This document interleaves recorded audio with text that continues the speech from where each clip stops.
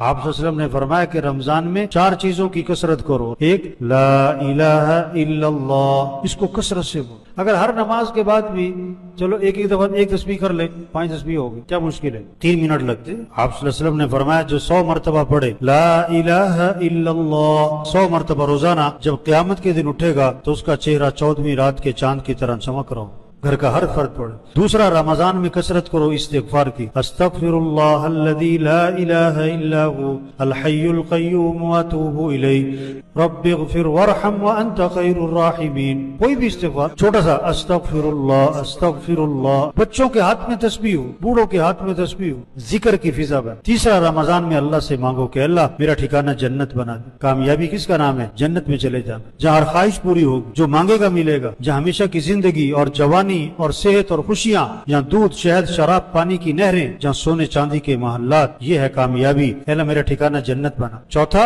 کہ اللہ مجھے جہنم سے بچا. ناکامی جہنم میں چلے جانے کا نام. ساری دنیا کا بادشاہ تھا، مر کے جہنم میں گیا ناکام. 10 کنال کا بنگلہ تھا، مر کے جہنم میں گیا ناکام. 4 کروڑ کی گاڑی تھی، مر کے جہنم میں گیا ناکام. کہ اللہ مجھے جہنم سے بچا. تو یہ رمضان کا مہینہ، اس میں کثرت ہو لا الہ الا اللہ کی، استغفار کی، اللہ سے جنت کا مانگنا ہو اور جہنم سے پناہ